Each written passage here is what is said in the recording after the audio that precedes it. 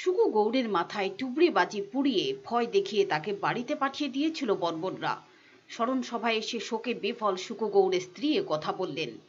মহাকরণে group D কর্মচারী ছিলেন শুকু গৌড়, যিনি কালী পুজোর পরদিন অমানবিক আক্রমণের শিকার হয়েছিলেন।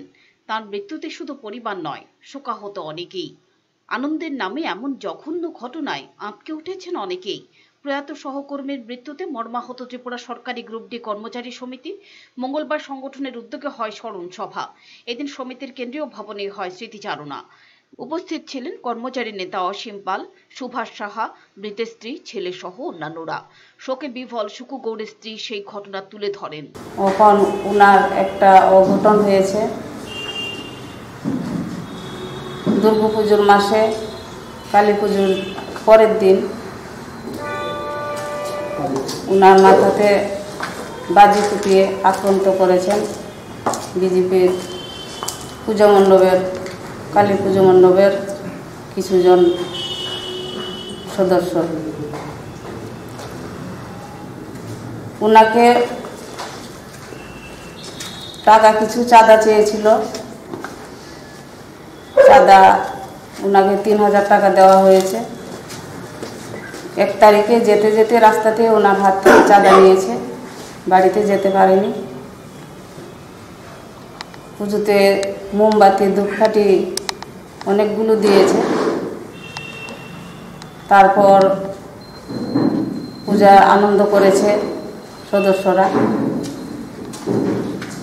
ও যখন রাত্রেবেলা গিয়েছে, কিছু বসে আসবো, বক্স বাজছে, ওরা আনন্দ করছে।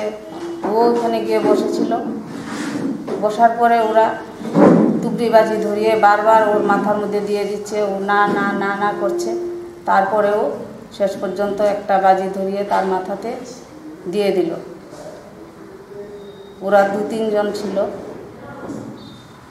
আমরা খবর পাইনি। আমরা পরের দিন, আমি বাড়িতে ছিলাম না, পরের দিন খবর পেয়েছি।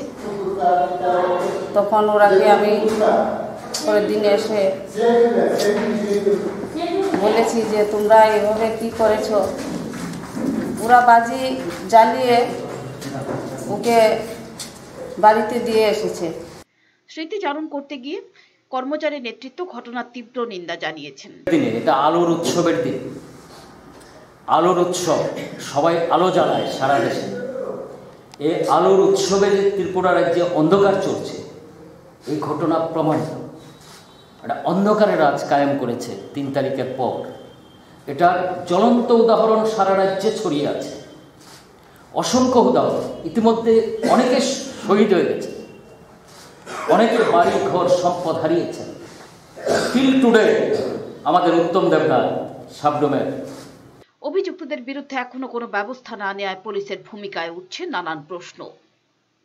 ব্যুরো রিপোর্ট, চ্যানেল দিনরাত।